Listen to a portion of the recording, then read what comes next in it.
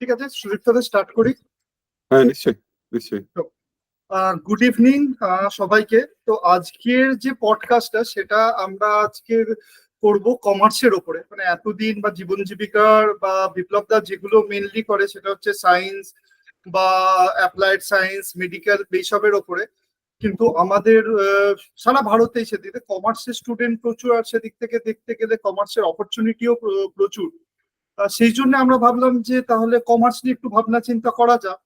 আর দ্বিতীয় জিনিস হচ্ছে যে সায়েন্সের যেমন হচ্ছে যে সায়েন্স পড়লেই তবেই আপনি ডাক্তারি পড়তে পারবেন, বা আর্টস পড়লে তবেই লিটারেচার মোটামুটি সেরকমই একটা। কিন্তু কমার্সের এই ব্যাপারটা নেই, যে আমরা প্রচুর দেখেছি সায়েন্স থেকে কমার্সে, আর্টস থেকে কমার্সে এসছে, কমার্স থেকে কমার্সে তো আসেই। আর আজকে আমাদের সাথে আছে সুদীপ্ত মুখার্জি। সুদীপ্তদার ব্যাকগ্রাউন্ড বলতে গেলে, সুদীপ্তদা আমাদের মতোই বাঙালি, চার্টার্ড অ্যাকাউন্টেন্ট। নিজে হেড করেছে একটা মাল্টি ন্যাশনাল ইউরোপিয়ান ব্যাংকের ইন্ডিয়া ডিভিশন। এখন আবার একটা এমএনসি কোম্পানির পুরো ইন্ডিয়া হেড, ম্যানেজিং ডিরেক্টর আর ইন্ডিয়া হেড। তার আগেও হেড করেছে অনেক বড় অর্গানাইজেশন। আর সুদীপ্তদার ভাস্ট এক্সপিরিয়েন্স, মানে হচ্ছে যখন 80-90s ইন্ডিয়াতে যখন কেপিও, মানে 90s পার্টিকুলারলি কেপিও আসতে শুরু করেছে, তখন থেকে সুদীপ্তদা এই ভার্টিক্যালটা দেখছে। তার সাথে হচ্ছে যে ব্যাংকিং বা ফাইন্যান্সিয়াল সিস্টেমটা দেখেছে, আর এখন নিজেই হেড করছে। ওয়েলকাম সুদীপ্তদা। আর আগে একটা জিনিস বলে নি, যে সুদীপ্তদার যে টাইমিং, সুদীপ্তদা আজকে অ্যাকচুয়ালি বেস্ট হচ্ছে হায়দ্রাবাদে, কিন্তু আজকে কার্যসূত্রে দিল্লিতে। আমার অফিস থেকে আসছে 10 মিনিট দেরি হলো, সুদীপ্তদা চেকিং করেছে হোটেলে। কোনো টাইম না, সুদীপ্তদা আমার আগে ভিডিওটা আর এটাতে লগ ইন করে বসে আছে। এটা হচ্ছে আর একটা শেখার জিনিস। তারপর সুদীপ্তদার থেকে অনেক কিছু শেখার আছে, আদার দেন যে কমার্সে কি করব না করব। এবার সুদীপ্তদা একটু তোমার জার্নিটা বলো কমার্স নিয়ে। Good evening Soumajit, thank you আমাকে তোমাদের পডকাস্টে ইনক্লুড করার জন্য। It's always an honour. আর এমনিতেই মানে তুমি আমার বন্ধুর মতন, তোমার সঙ্গে আড্ডা মারতে আমার সবসময় ভালো লাগে। তো এটা একটু কনস্ট্রাকটিভ আড্ডা হবে আর কি আজকে। I am looking forward to that. দেখো, আমার জার্নি বলতে ইনফ্যাক্ট তুমি ইন্ট্রোডাকশনে বললে অনেকে সুইচ করে, আমি কিন্তু সুইচ করেছি। আমি বিকম করিনি, আমি বিএসসি করেছিলাম। বিএসসি করে তারপরে চার্টার্ড অ্যাকাউন্টেন্সি করেছি। তো সেটা মানে তুমি যেটা বললে তার সঙ্গে একটা বেশ রেজোনেন্স হলো। তারপরে শুরু করার পর যে কোনো চার্টার্ড অ্যাকাউন্টেন্ট যখন ক্যারিয়ার শুরু করে, ইউজুয়ালি সে অডিট ফার্ম থেকে শুরু করে। যেখানে আর্টিকেলস করেছি, সেখানে আমি ডেলয়েট হাস্কিন সেলস এ করতাম আর্টিকেলশিপ, সেখান থেকে শুরু করলাম। তারপরে একটা টাইমে মনে হলো না, এবার অনেকদিন অডিট করছি, এবার একটু ইন্ডাস্ট্রির দিকে যাওয়া যাক। তো আমার প্রথম ব্রেক ছিল একটা পাবলিক সেক্টর কোম্পানিতে অ্যাকচুয়ালি। মানে লোকে খুব অবাক হয় যে পাবলিক সেক্টরে চাকরি করে সে ছেড়ে আবার প্রাইভেটে কি করে আসে। আমি 2 বছর পাবলিক সেক্টরে চাকরি করেছি। এই কোম্পানিটার নাম হচ্ছে আইবিপি, ইন্ডো বার্মা পেট্রোলিয়াম, এখন ইন্ডিয়ান অয়েলের পার্ট। তো আমি ট্রেজারি ফাংশনে জয়েন করেছিলাম অ্যাজ ম্যানেজমেন্ট ট্রেনি, সেখান থেকে ইন্ডাস্ট্রি ক্যারিয়ার শুরু। তারপরে 2 বছর পাবলিক সেক্টরে থাকার পর দেখলাম যে না, এটা মানে আমি আরো বেশি কিছু করতে পারি। তো সেখান থেকে ডানকানসে প্রায় 3 বছর। এটা একটা ম্যানুফ্যাকচারিং কোম্পানি ছিল। এরা একটা কেমিক্যাল বানাতো, অ্যাক্রিলিক ফাইবার বলে। তো আমি ওদের এমআইএস আর কোর ফাইন্যান্স হেড করতাম। তারপরে সেখান থেকে জিতে, মানে যেটা আমার প্রথম এমএনসি আর কি, জি ক্যাপিটাল। জি ক্যাপিটালের একটা নন ব্যাংকিং ফাইন্যান্সিয়াল সার্ভিসেস এর ইস্টার্ন রিজনের অ্যাকাউন্টিং আমি দেখতাম। আর তুমি যে কথাটা বললে না যে কেপিও তখন শুরু হচ্ছে, তখন কিন্তু জাস্ট শুরু হচ্ছে আর কি, মিড 90s এর কথা বলছি। হ্যাঁ, আমি 97-এ জি জয়েন করি। সোজাসুজি কেপিও তো না, আমার খুব ট্রেডিশনাল অ্যাকাউন্টেন্টের মানে ফাইন্যান্স অ্যাকাউন্টস হেড করে এরকম ধরনের একটা রোল ছিল এই সময়। জি এনবিএফসি তখন মানে পায়োনিয়ার, মানে এনবিএফসি বিজনেস ইন্ডিয়াতে তখন রিটেল লোনে সেই সময়। আর সেই সময় গুড়গাঁওতে খুব একটা ছোট্ট অপারেশন শুরু হয়েছিল, তার নাম হয়েছিল জি ক্যাপিটাল ইন্টারন্যাশনাল সার্ভিসেস। এখন অব্দি আমি কলকাতায় ছিলাম, সবকটা চাকরি কলকাতায়। তো এই জি ক্যাপিটাল ইন্টারন্যাশনাল সার্ভিসে সেট আপ করার উদ্দেশ্য ছিল অফশোর করা কাজ করা আর কি বেসিক্যালি। জির আগে ব্রডলি দুটো কোম্পানি করতো, মানে অ্যামেক্স করতো আর ব্রিটিশ এয়ারওয়েজ করতো, ওদের ticketing call centre. Mainly offshore কাজ ওই সময় বলতে যা বোঝাতো সেটা হচ্ছে হেজ ডাউন ডেটা এন্ট্রি অথবা কলিং, ভয়েস প্রসেসেস যেটাকে আমরা বলতাম। যে কেসে আমি যখন মুভ করলাম, তো I was the 27th employee. আমাকে মানে জির একটা কোম্পানি থেকে আরেকটা কোম্পানি মুভ করা এটাই উদ্দেশ্য ছিল যে একটু প্রুফ অফ কনসেপ্ট, পিওসি করা, যে অ্যাকাউন্টিং এর কাজ করা যায় কিনা ইন্ডিয়াতে বসে, আমেরিকার অ্যাকাউন্টিং করা যায় কিনা। তো সেইখান থেকে যাত্রা শুরু। তারপর থেকে তো মানে মানে of course the POC was successful. তারপরে একটার পর একটা মাইগ্রেশন, মানে তারপরে এটা দিস বিকেম অ্যান ইন্ডাস্ট্রি। মানে আমি যখন এই ইন্ডাস্ট্রিতে জয়েন করেছি তখন এটা ইন্ডাস্ট্রি ছিল না। তখন একটা তো যেটা তুমি নিয়ে বলছো এক্সপেরিমেন্টাল স্টেজে যে পাইলট প্রজেক্ট রান করা। কারেক্ট। তো সেইটা সাকসেসফুল হওয়ার ফলে অনেক অ্যাকাউন্টিং, কমার্স রিলেটেড জবস, যেটা ইউএসএ থেকে কিংবা ইউরোপ থেকে মাইগ্রেশন শুরু হলো। আমি অনেকগুলো মাইগ্রেশন নিজেও করেছি। আমি প্রায় 10 বছর ছিলাম জিইতে। তার মধ্যে 3 বছর ছিলাম ইউরোপে। আমি বুদাপেস্টে পোস্টেড ছিলাম, কারণ ওই সময় ইউরোপে অফশোরিং শুরু হচ্ছিল। তো বুদাপেস্টে বসে আমরা জার্মানি কিংবা ফ্রান্স কিংবা ইটালি, মানে যেগুলো হাই কস্ট ওয়েস্ট ইউরোপিয়ান দেশ, তাদের কাজগুলো লো কস্ট ইস্ট ইউরোপিয়ান দেশ, উইচ ওয়াজ হাঙ্গারি, বুদাপেস্ট, সেখানে আনতাম। তো সেটা একটা খুব ইন্টারেস্টিং চ্যালেঞ্জ ছিল। তারপরে ফেরার পর কয়েকটা ছোট ছোট জাম্প আছে আমার। সেগুলো মানে ব্যাংকিং এ যাওয়া শুরু হলো ওই পিরিয়ডটাতে, মানে জি ক্যাপিটাল ছাড়ার পরে। সেখানে সবচেয়ে লংগেস্ট স্টেন্ট ছিল জেপি মর্গানে। জেপি মর্গানে আমি কর্পোরেট ফাইন্যান্স দেখতাম। তারপর তুমি যেটা বলছিলে, স্ট্যান্ডার্ড চার্টার্ড ব্যাংকের পুরো ফাইন্যান্স হেড করতাম। আর তারপর তো এখন একটা অর্গানাইজেশন রান করি। মানে পুরোপুরি এটা এটা বিএফএসআই, যে মানে বেসিক্যালি ইন্ডিয়াতে যে অপারেশন সেটা হেড করি। তো 33 বছর কর্পোরেটে। So it's been an amazing journey. মানে আমি কখনো মানে এখনো ভাবি না যে আমি কোনো সময় থামতে হবে বলে। যতদিন চালানো যায় চলুক আর কি। মানে মোটামুটি শুরু ইন্ডিয়ার গ্লোবালাইজেশনের শুরু, আর তোমার কেরিয়ার মোটামুটি সেই থেকে শুরু। মানে you have seen entire path. Absolutely. So মানে that way I was very lucky. মানে অনেক সময় রাইট টাইম রাইট প্লেসটাও দরকার হয়। আর অবশ্য লাকের ডেফিনেশন বলে যে when opportunity meets preparedness. তো আমার প্রিপেয়ারনেসও ছিল আর অপরচুনিটি এসে গেল। তো সেইভাবে জিনিসটা এগিয়ে চললো আর কি। এবার সুইটু একটা জিনিস বলো, যে মানে তুমি তো সায়েন্স পড়েছো নিজেই বলে, তো সায়েন্স থেকে হঠাৎ কমার্স কেন? মানে বাড়ির ব্যাকগ্রাউন্ড না তোমার নিজের ইচ্ছা? তো এটা একটা খুব ইন্টারেস্টিং গল্প সৌম্যজিৎ।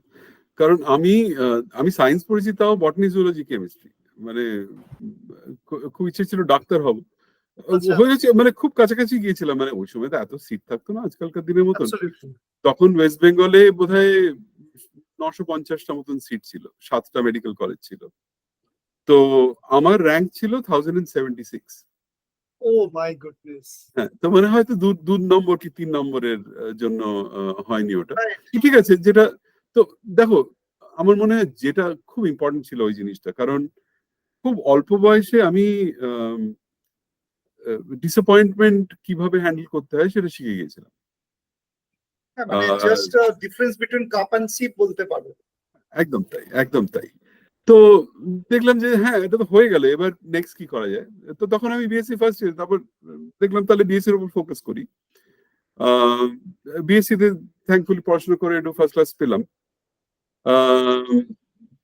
তারপরে কি করব সেটা নিয়ে একটা খুব কনফিউশন ছিল। এখন আমার ফ্যামিলি ব্যাকগ্রাউন্ড, আমার বাবা চার্ট অ্যাকাউন্টেন্ট ছিলেন।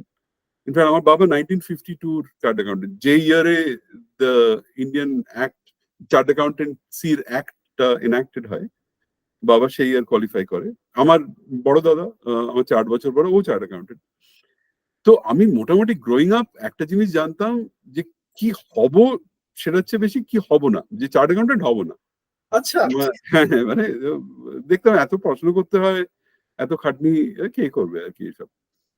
তো দ্যাট ওয়াজ দ্য মাইন্ডসেট। স্কুলে টুলে পড়ি, অতটা বুদ্ধিশুদ্ধি মানে হয়নি। এটাই মানে plan things propose god disposes মানে। একদম তাই, একদম তাই। তো এবার বিএসসি পাশ করার পরে ভাবছি কি করব, চিন্তা ভাবনা করছি, অনেক লোকের সঙ্গে কথা বলছি। আমার বাবা সেই সময় ডেলয়েটের পার্টনার ছিলেন। তো বাবা একদিন বললেন যে শোন, তুই একদিন আমার অফিসে আয় না, একটু অন্যান্য পার্টনার যারা আছে তাদের সঙ্গে কথাবার্তা বল, যে তুই কি করবি ক্যারিয়ারে, একটু অ্যাডভাইসও নে না, কি আছে, তোকে সিএই করতে হবে, আমি তো কোনো কথা নেই। তো আমি গেলাম, সব 3-4 জন পার্টনারদের সঙ্গে কথা বললাম, খুব ভালোভাবে কথা বললেন তারা।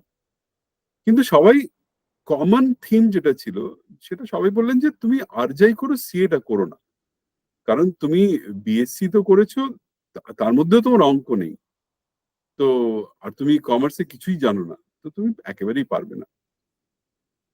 তো সেদিন সন্ধ্যাবেলা বাড়ি ফিরে এসে বাবাকে বললাম, বাবা আমি সিএ করবো, কারণ ফার্স্ট ক্লাস পেলে ডাইরেক্ট অ্যাডমিশন নেওয়া যেত, সেই অপশনটা ছিল। তো ওই যেহেতু সবাই বললো যে হবে না, আমি বললাম ঠিক আছে তাহলে করে দেখা যাক। ওয়াও। তো একটু ওই মানে ডিসুয়েশন ক্রিয়েটেড পারসুয়েশন আর কি। আহ, তারপরে ঢুকে অফকোর্স প্রচন্ড খাটনি, কোনো কথা হবে না, মানে দেখো আমি ওই সিএ তে ঢোকার আগে অব্দি জানতাম যে ক্যাপিটাল ডি আর স্মল আর এর পরে ফুল স্টপ দিয়ে ডক্টর হয়, এটা ঢুকে জানতে পারলাম সেটা নাকি ডেবিট।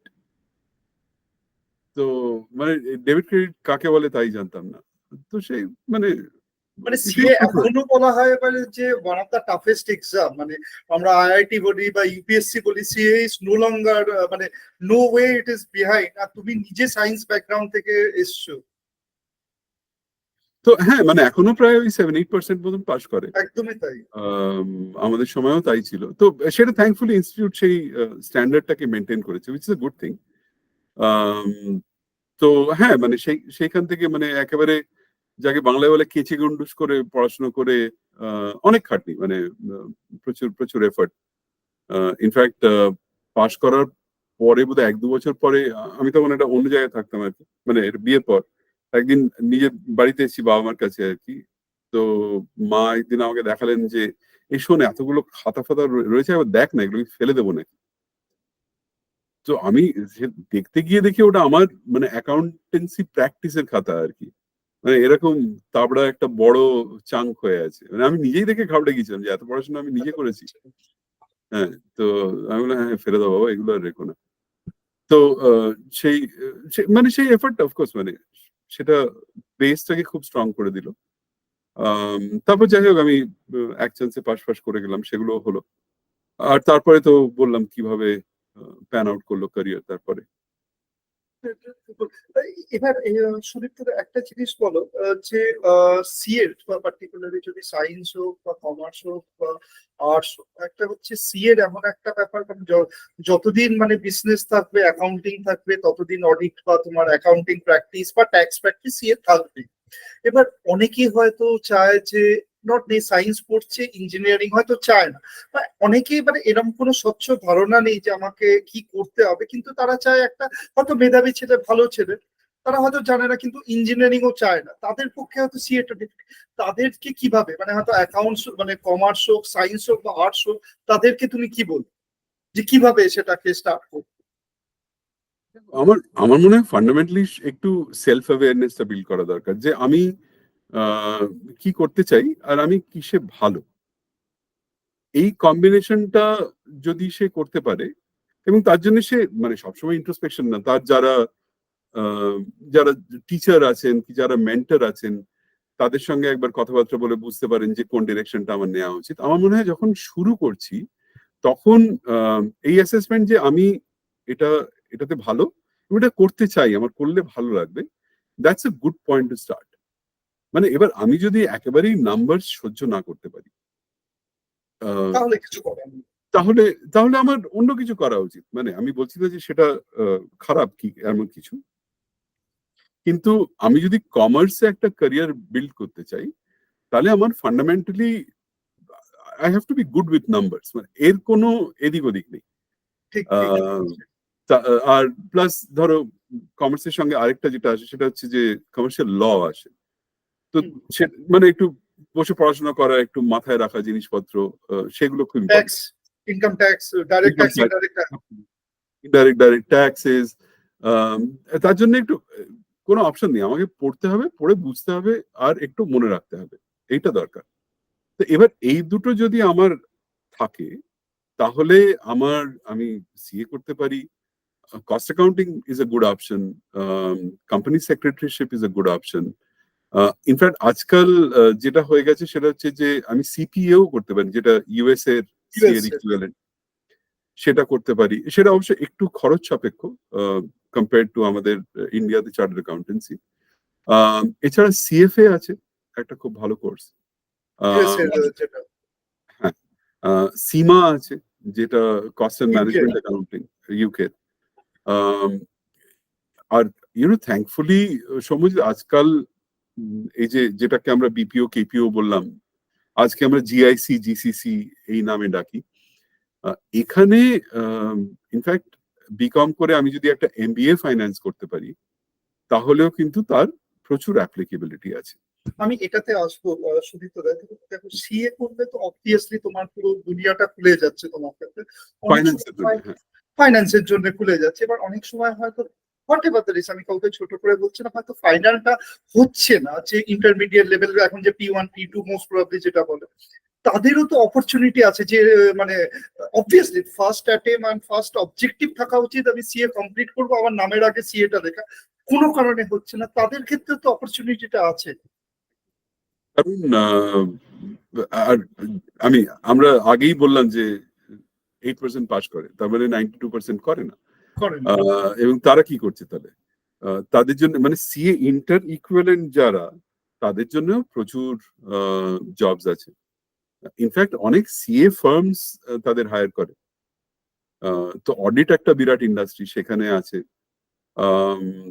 বিপিও কেপিও জিআইসি জিসিসি আছেই আছে। ইনফ্যাক্ট লোকে এইটা করে অনেক সময় ব্যাংকিং এ যেতে পারে, সেটা অবশ্য গ্রাজুয়েশন করেও যাওয়া যায়। কিন্তু আমি যেটা ভাবছি, একটা প্রাইভেট ব্যাংকিং এ আমার যদি একটা সিএ ইন্টার্ন নিয়ে আমি ঢুকি, বেসিক্যালি আমি তো আমার ফাইন্যান্সের আন্ডারস্ট্যান্ডিংটা অনেক বেটার, স্কিল সেটটা বেটার। সো একবার আমি ওয়ার্কফোর্সে ঢুকলে, দেখো ওয়ার্কফোর্সে একবার যদি ঢুকে যাই, তারপরে তো কোয়ালিফিকেশন আর ম্যাটার করে না, তারপরে শুধু পারফরমেন্স ম্যাটার করে, সেখানে স্কিলটা এসে যায়। তো আমি যদি সিএ ইন্টার হই, obviously I am more skilled than let's say a BCom. মানে একটা ব্রেক থ্রু তো পাওয়া যাবে। তো অনেক অপশনস আছে, মানে এটা নিয়ে হাউতাশ করে বসে থাকার তো কোনো কারণ নেই। হ্যাঁ ঠিক আছে, মানে গিভ ইউর সেলফ টাইম, 3টে অ্যাটেম্প নিলাম, 4টে অ্যাটেম্প নিলাম, হোয়াট এভার। তারপরে যদি দেখি হচ্ছে না, তারপরে একটু ফ্যান আউট করাটা কোনো অসুবিধাই নেই। আর এক্ষেত্রে আরেকটা জিনিস সুদীপ্তদা বলো, যে অবভিয়াসলি যারা কলকাতায় আছে বা এটা বাইরে, মানে একটা ইংলিশ একটা অনেক কতটা ইম্পর্টেন্ট, মানে হয়তো আমি আবার সেটা করছি কারণ ছোটখানে যে যেখানে আছে তার পক্ষে হয়তো সে মিডিয়ামটা হয়তো বাংলা মিডিয়ামে পড়েছে বা অন্য মিডিয়ামে পড়েছে, কতটা সরগরম হয়, কতটা সেটা বেরিয়ার হয়ে দাঁড়াবে, কতটা ডিফিকাল্ট হয়ে দাঁড়াবে, আর সেটা কি আদৌ সেটা বেরিয়ার হতে পারে? হতে পারে, কারণ মানে whether we like it or not, English এখনো আমাদের বিজনেসের ল্যাঙ্গুয়েজ। আর স্পেসিফিক্যালি যদি আমার লাইনে, মানে তোমার অফশোর কাজ করার লাইনে যদি আমাকে থাকতে হয়, তাহলে তো আমি তো কাজ করছি আমেরিকানদের সঙ্গে, ইউরোপিয়ানদের সঙ্গে, তো আমার কমিউনিকেশনটা ইংলিশেই হবে। নাও এবার সব রোলে কি স্পোকেন ইংলিশ খুব ভালো হতে হবে? নট নেসেসারিলি, কিন্তু রিটেন ইংলিশ প্রত্যেকটা লেভেলে খুব ভালো দরকার, মানে গ্রামাটিক্যালি কারেক্ট ইংলিশ লিখতে পারা, সেটা খুব ইম্পর্টেন্ট।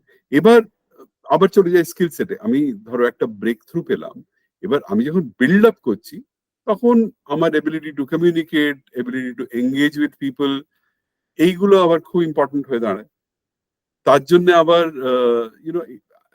সেই সময়টার মধ্যে আমার ইংলিশ স্পিকিং স্কিলটাকে যদি আমি বিল্ড করতে পারি, তাহলে খুব ভালো। ইনফ্যাক্ট আমার কোম্পানি, আমি স্ট্যান্ডার্ড চার্টার্ডের কথা বললাম, জেপি মর্গানের কথা বললাম, এরা প্রত্যেকেই কিন্তু যাদের হায়ার করে তাদের ইংলিশ স্কিল ডেভেলপ করার জন্য প্রচুর ইনভেস্ট করে। মানে একটা ট্রেনিং ডিপার্টমেন্ট আছে যারা ওই ভয়েস এন্ড অ্যাকসেন্ট ন্যাচারালাইজেশন এইসব ট্রেনিং ইত্যাদি প্রোভাইড করে। সুতরাং এই নয় যে মানে তোমার দর্শকদের এইটা ভাবা উচিত নয় যে সবকিছু তাদের নিজেদেরই করতে হবে। হ্যাঁ, একটা সার্টেন লেভেলে তাদের আসতেই হবে, নইলে তো চাকরিটাই পাবে না। কিন্তু সেখান থেকে বিল্ড আপ করার জন্য তাদের অফকোর্স নিজে কাজ করতে হবে, এবং অর্গানাইজেশনও অনেক ক্ষেত্রে হেল্প করে তাদের স্কিলটা ডেভেলপ করাতে। এটা আমরা মানে সুতরাং আমি সবসময় বলি, যেমন একজন চাকরি যে খুঁজছে, জব সিকার, সেও যেমন চাকরি খুঁজছে, আমরা যখন রিক্রুটমেন্ট করি আমরা নিজেরাও খুঁজি একজন, যে সবসময় আমরা জানি যে আমরা সবকিছু একটা ক্যান্ডিডেটের থেকে পাবো না, কিন্তু তার যদি বেসিকটা থাকে বাকি জিনিস বিল্ড আপ করে নেওয়া যায়, সেটা একটা ব্যাপার।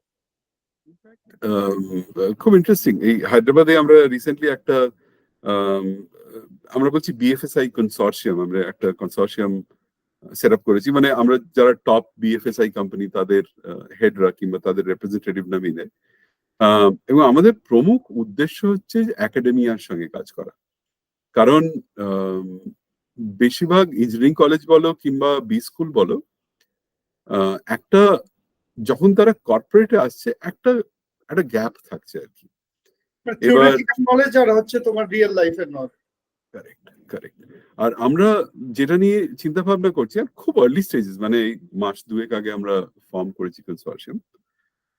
আমরা যেটা বলছি যে কিভাবে এই গ্যাপটাকে কমানো যায়, যাতে আমরা যখন হায়ার করব আরেকটু কর্পোরেট রেডি রিসোর্সেস কি করে পাই। মানে তার জন্য এখন যদি আমায় গিয়ে 5টা ক্লাস নিতে হয় কোনো একটা বি স্কুলে, আমি রাজি আছি। আমার সেটা at the end of the day তুমি ক্যান্ডিডেট পাচ্ছ ভালো। অ্যাবসলিউটলি, আমি ক্যান্ডিডেট বেটার পাচ্ছি, বেটার কোয়ালিটি ক্যান্ডিডেট পাচ্ছি। তো সেটা আরেকটা অ্যাসপেক্ট যেটা নিয়ে চিন্তা ভাবনা হচ্ছে, কিছু কাজকর্ম শুরু হয়েছে। মানে কর্পোরেট একাডেমিয়া পার্টনারশিপটা খুব সিরিয়াসলি দেখা হচ্ছে, অন্তত আমি যে স্টেটে কাজ করি সেই স্টেটে। Excellent. এবার সুদীপ দাদা, আরেকটা জিনিস বলো যে পিপিও কেপিও, একটা হচ্ছে সিএ করলে যে তুমি ফার্ম বা অডিট ফার্মে যুক্ত হবে, বা পিপিও কেপিও, এর ইউনিভার্সটার এর কি বলবো জব অপরচুনিটি, সে তোমার কমার্স হোক বা সায়েন্স হোক বা আর্টস হোক, কতটা বা কি কি ভাবে?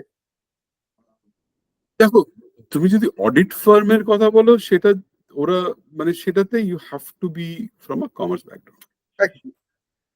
আর যদি এখন তুমি বিগ ফোর দেখো, এরা কিন্তু আর অডিটে সীমিত নেই, কনসালটেন্সি সমস্ত কিছুতে। বিরাট ভাবে কনসাল্টিং এর মধ্যে ঢুকে পড়েছে। এবং কনসাল্টিং এ যে স্কিল সেট লাগে সেটা সেটা যে কোনো লাইন থেকে আসতে পারে। হ্যাঁ, একদম তাই। কিন্তু কনসাল্টিং এর ব্যাপারটা হচ্ছে, কনসাল্টিং এ আবার কমিউনিকেশনটা সাংঘাতিক বেশি রকম ইম্পর্টেন্ট হয়ে যায়।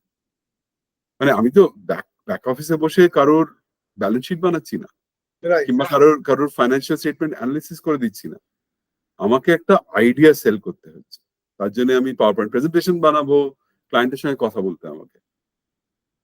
তো আমার ইরেসপেক্টিভ অফ কোন লাইন থেকে আসছি, ওই ওই স্কিলটা খুব ইম্পর্টেন্ট।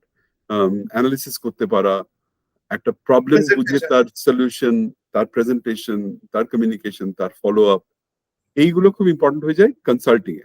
আমি বিগ ফোর নিয়ে বলছি, তুমি অডিটের কথা যখন বলছো, ছোট audit firms, they will definitely look for BComs, they will definitely look for MCom, মাস্টার্সও করতে পারে।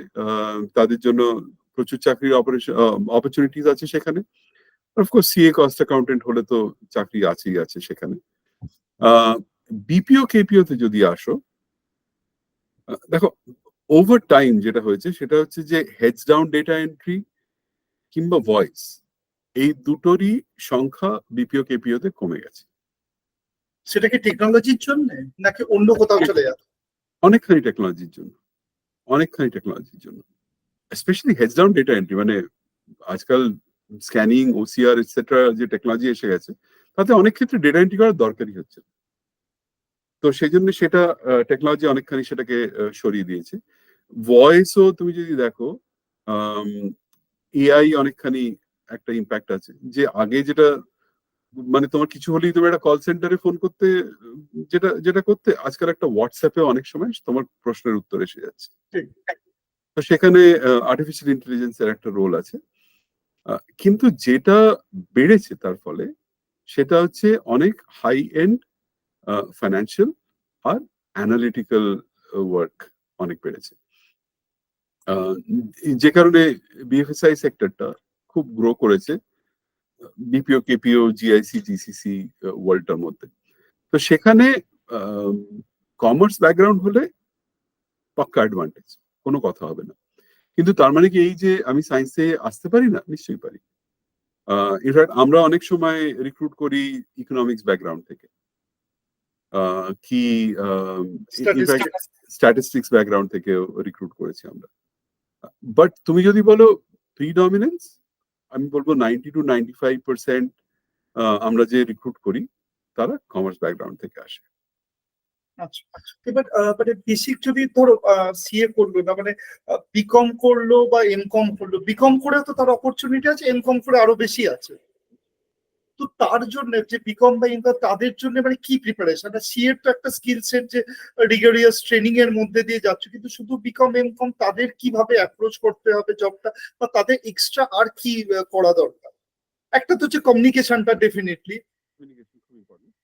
আমি দেখো, এটা আমার এক্সপিরিয়েন্স থেকে বলছি হ্যাঁ, যে দেখো বিকমে যা পড়ানো হয় সেটা একটা বিপিও তে এন্ট্রি লেভেল অ্যাকাউন্টিং কিংবা ফাইন্যান্স জব করার জন্য যথেষ্ট।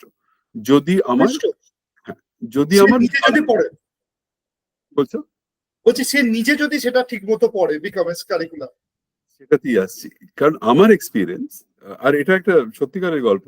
দেখো, আমি আজকাল যে লেভেলের লোকদের ইন্টারভিউ করি তারা অলরেডি 15 থেকে 20 বছর Obviously, কর্পোরেট ওয়ার্ল্ডে করে তুমি গেছে। ইন্ডিয়া হেড করছো একটা কিন্তু আমার আমার মনে হয় এটা বোধহয় 7-8 বছর আগে, আমি আমি তখন জিপি মর্গানে।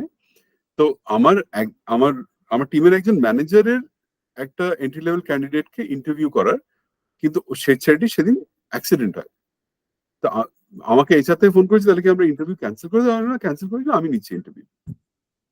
তো এবার অনেকদিন পরে ফ্রেশার ইন্টারভিউ করছি, তো আমি একটু কশাস ছিলাম যে কি জিজ্ঞেস করব না করব। তো আমি প্রথমে তাকে জিজ্ঞেস করলাম আইআরআর কি করে ক্যালকুলেট করে। তো আমি দেখলাম যে মানে ও জীবনে কোনোদিন আইআরআর শোনেনি। তারপর আমি বললাম আচ্ছা ক্যাপিটাল রেশিও বোঝো?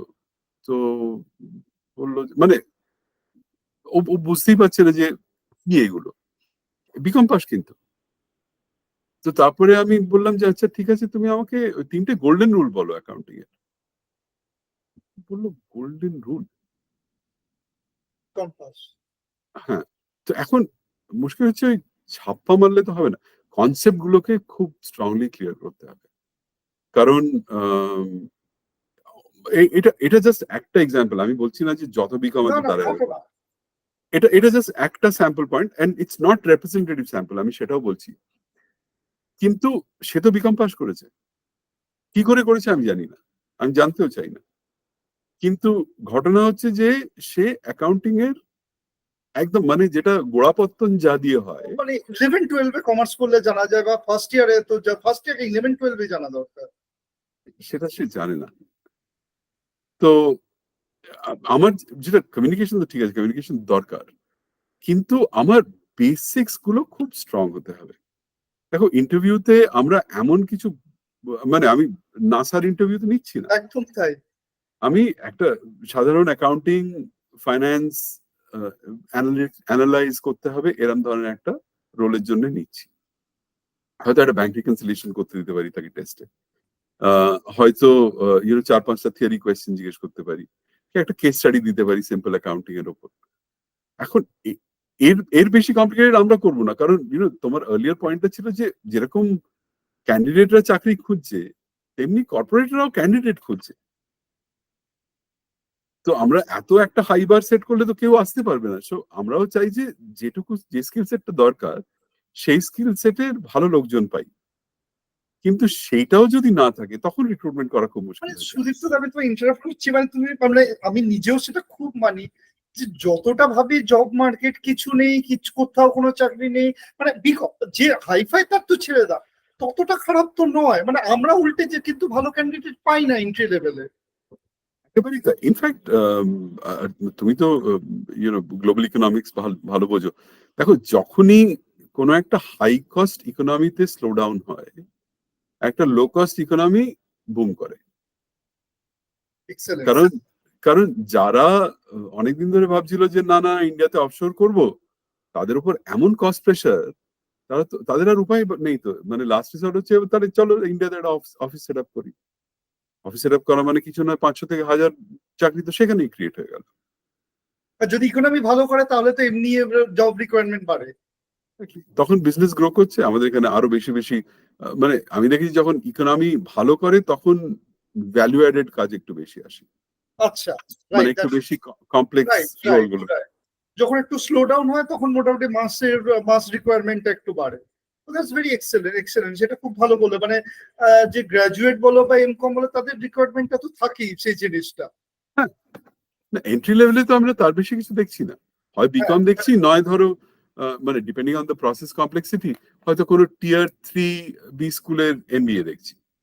Right, right. এবার সুদীপ্তদা, আরেকটা জিনিস বলো, এটা যেমন বলছো তুমি, যেমন বিকম যে তাদের কেপিও বেপিও, মানে কেরিয়ার প্রোগ্রেশনটা কি? ধরো আমি জয়েন করলে হয়তো বিকম করি, উইল ইট বি রেস্ট্রিক্টেড যে আমার তো খুব একটা নেই, বিকম ছাড়া তো কিছু নেই, যে আমার আজকে 35 থেকে 40 বছর আমার কেরিয়ার আছে, তো সেখানে কি রেস্ট্রিক্ট? একটা হচ্ছে অন দা জব তুমি ট্রেনিং, আর কি মানে তার কেরিয়ার প্রোগ্রেসটা কি হতে পারে? উম, প্রথম হচ্ছে যে আমি যখন একটা চাকরিতে ঢুকলাম, আম, আর এটা আমার যারা নিউ নিউ জয়নার যারা, তাদের আমি যখন অ্যাড্রেস করি তখন এটা বলি, প্রথম জিনিস হচ্ছে I have to become an expert. যে যে রোলটাতে আছে। যে রোলটাতে আছে আমি 33 বছরে অনেক ক্যারিয়ার দেখেছি তো। একটা সেট অফ ক্যারিয়ার্স দেখেছি যারা, মানে যে কারণে তারা বেশি দিন চলেনি, সেটা হচ্ছে তাদের মাইন্ডসেট হচ্ছে এই যে আমি যেটা করছি, আমি এটা ছাড়া সবকিছুতে ভালো। ওকে, এটা কিন্তু হয় না। ওকে। সুতরাং আমি আমার আমার যে রোলটা পেয়েছি সেই রোলটাকে আমি খুব ভালো করে করব, আই বিকাম অ্যান এক্সপার্ট। তারপরে ডিপেন্ডিং অন আমার কি ইন্টারেস্ট, আমি সেটাকে আগে নিয়ে যেতে পারি। দেখো, ব্রডলি দুটো পাথ আছে ক্যারিয়ার পাথের কথা যখন বলছো। একটা হচ্ছে ইন্ডিভিজুয়াল কন্ট্রিবিউটর পাথে আমি যেতে পারি, যেখানে আমার আস্তে আস্তে আমার অ্যানালিটিক্যাল স্কিলস গ্রো করতে হবে, কিংবা যেরকম ফাইন্যান্সিয়াল রিস্ক সাইডটাকে যদি ডেভেলপ করতে পারি, আমি সেই আন্ডারস্ট্যান্ডিং গুলো করা। আর এর জন্য অনেক সার্টিফিকেশনস আছে যেগুলো করা যেতে পারে, তার বেসিসে আমি ক্যারিয়ার বিল্ড করতে পারি। অথবা আরেকটা হচ্ছে যেটা ম্যানেজারিয়াল সাইডে, মানে পিপল ম্যানেজমেন্ট সাইডে গ্রো করা। টিম মানে আমি ম্যানেজমেন্ট। টিম ম্যানেজমেন্ট, আমি শুরু করছি অ্যানালিস্ট হিসেবে, তারপর সিনিয়র অ্যানালিস্ট হলাম, তারপরে একটা নেক্সট যা ডেজিগনেশন পেলাম, আলটিমেটলি আমি একটা টিম লিডার কিংবা অ্যাসিস্ট্যান্ট ম্যানেজার, এইভাবে আমার ক্যারিয়ারটা গ্রো করবে। এই দুটো ব্রড পাথ, কিন্তু দুটো পাথের জন্যই আমাকে এক্সপার্ট হতে হবে। দেখো, আমি আজকে একটা হেলথ কেয়ার কোম্পানির কান্ট্রি হেড তো হতে পারবো না, রাইট। কারণ আমি চার্টার্ড অ্যাকাউন্টেন্ট। আমি একটা ফাইন্যান্সিয়াল কোম্পানির কান্ট্রি হেড হতে পারি, কারণ ফাইন্যান্স হচ্ছে আমার এক্সপার্টিজ। তো তো সেইটা খুব ইম্পর্টেন্ট। মানে আর এই এক্সপার্টিসটা তো এখন তৈরি হয়নি, এক্সপার্টিসটা তৈরি হয়েছে যখন ক্যারিয়ার শুরু করেছি তখন। মানে তুমি মানে বলছো বেসিক্যালি একটা স্কিল সেট ডেভেলপ করা, সেটা তোমার যে ডোমেইনই হোক না কেন, and we should be sellable. Sellable. আর দেখো, সেলেবল কথাটা অনেক সময় একটু একটা কনোটেশন থাকে যে হ্যাঁ হ্যাঁ, আমি তাহলে বিক্রি করছি। আমার পয়েন্ট হচ্ছে যে আহ, যে যে যে কমার্শিয়াল skill, অ্যাসপেক্ট। একটা কমার্শিয়াল অ্যাসপেক্ট থাকা ভীষণ দরকার। কারণ দেখো, আজকের দিনে স্পেশালি এই সময় টেকনোলজিক্যাল অ্যাডভান্সমেন্ট এত বেশি যে আজকে যে আমার স্কিল সেটটা, সেটা 5 বছর পরে হয়তো আর রেলিভেন্ট থাকবে না। যেটা তুমি বললে, যেমন ভয়েস বা ডেটা এন্ট্রি আজ আর নেই। আর আজ আর নেই।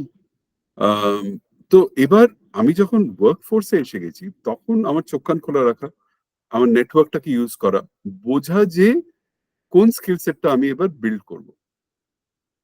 আর আমি আরেকটা কথা বলি, স্পেশালি যারা ক্যারিয়ার শুরু করছে তাদের, সেটা যে মানে what you have learn is of course in very important, but how you learn it is also very important. কারণ যদি এটা কালকে একটু তো এক্সপ্লেন করো। দেখো, মানুষ কিন্তু, মানে বিভিন্ন মানুষ বিভিন্ন ভাবে শেখে। কেউ দেখে শেখে, কেউ পড়ে শেখে, কেউ শুনে শেখে, কেউ কাজ করে শেখে। এবার যেটা আগে বললাম যে আমার আজকের স্কিল সেটটা 5 বছর পরে হয়তো তার রেলিভেন্স কমে যেতে পারে। তো সেই জন্য আমাকে কনস্ট্যান্টলি শিখতে থাকতে হবে। এবার আমি যদি জানি যে আমি কিভাবে শিখি, আমি আমি ক্লাসে গিয়ে কোনো একটা কোর্স করলে বেটার শিখবো, নাকি আমি অন দ্য জব বেটার শিখবো, নাকি আমি একটা পডকাস্ট শুনে বেটার শিখবো, নাকি একটা বই কিনে সাবজেক্টের উপর বেটার শিখবো, এটা যদি আমি বুঝতে পারি, তাহলে আমার সেই লার্নিংটা অনেক বেশি এফিশিয়েন্ট হয়। দেখো, আজকের দিনে আহ সৌম্যজিৎ, শেখা হচ্ছে ইজিয়েস্ট জিনিস, কারণ নলেজ ইজ আ কমোডিটি। আমি একটা ক্লিক অফ আ বাটনে যে কোনো সাবজেক্ট সম্বন্ধে যতটা ডেপথে যেতে পারবো, সেটা ধরো আমরা যখন পড়াশোনা করতাম তখন সেই প্রিভিলেজ কিন্তু ছিল একদমই না। না। মানে হ্যাঁ, মানে লাইব্রেরিতে গিয়ে বই না নিয়ে পড়াশোনা করতে হতো। মানে বাড়িতে বসে একটা বোতাম টিপে আমি শিখতে পারতাম না। একদম একদম। আর আমি যদি পড়তে চাই পড়তে পারি, আমি যদি ইউটিউব ভিডিও দেখে শিখতে চাই শিখতে পারি, শুনে দেখে। সুতরাং সেইটাই মানে that's a very important thing for me as an individual to know যে আমি কিভাবে শিখি। সেটা আরো ইম্পর্টেন্ট হচ্ছে সুদীপ্তদা, মানে আমি কলকাতায় বসে আছি বা করিমপুরে আছি বা সুন্দরবনে আছি বা মালদায় আছি, আমি যেখানে আছি আমার যদি ইন্টারনেট কানেকশন থাকে, একটা বেসিক মোবাইল থাকে, আমি সেটা শিখে নিতে পারি। সেই জিনিসটা যে সেটা আমার মনে হয় সেটা কি গ্রাজুয়েশন থেকেই শুরু করাটা দরকার, যে কোনো স্কিলসে। আরো আগে না কেন? রাইট। এবার আরেকটা পয়েন্ট সুদীপ্তদা, যেটা তুমি বললে যে ভয়েস, এটা আমি সবাইকে জিজ্ঞেস করছি, AIML, artificial intelligence, machine learning, অনেক জব, অনেক প্রোফাইল রিডান্ডান্ট হয়ে যাচ্ছে। তোমার কি মত? মানে আজকে আমরা দেখেছি যে কমার্সে মানে ইনিশিয়াল ডেজে ট্যালি ছিল, তার আগে বেসিক এন্ট্রি করতে হতো, তোমার লোটাস নোডে এন্ট্রি ছিল, সেগুলো সব চলে গেছে। আজকে তো তোর পুরোটাই ডিজিটাল, অনেক জিনিস চলে গেছে। তোমার কি মনে হয় যে এআইএমএল কি আরো বেশি জব মানে ডিস্ট্রয় করবে নাকি আরো বেশি ক্রিয়েট করবে? এটা খুব ইন্টারেস্টিং প্রশ্ন। এটা মাঝে মাঝেই আমি পাই এই প্রশ্নটা। আর এই প্রশ্নটা যখন তুমি করো না, আমি চলে যাই যখন আমি ক্যারিয়ার শুরু করছিলাম। আহ, মানে যখন আমি আর্টিকেলস করতাম ডেলয়েটে, এটা বলছি 1987 এর কথা, তখন কম্পিউটারাইজেশন হচ্ছে। তার আগে মেন ফ্রেম, ঘর ঝোড়া মেন ফ্রেম বিরাট কম্পিউটার থাকতো, সেখান থেকে পার্সোনাল কম্পিউটারের কনসেপ্টটা ইন্ডিয়াতে আসছে।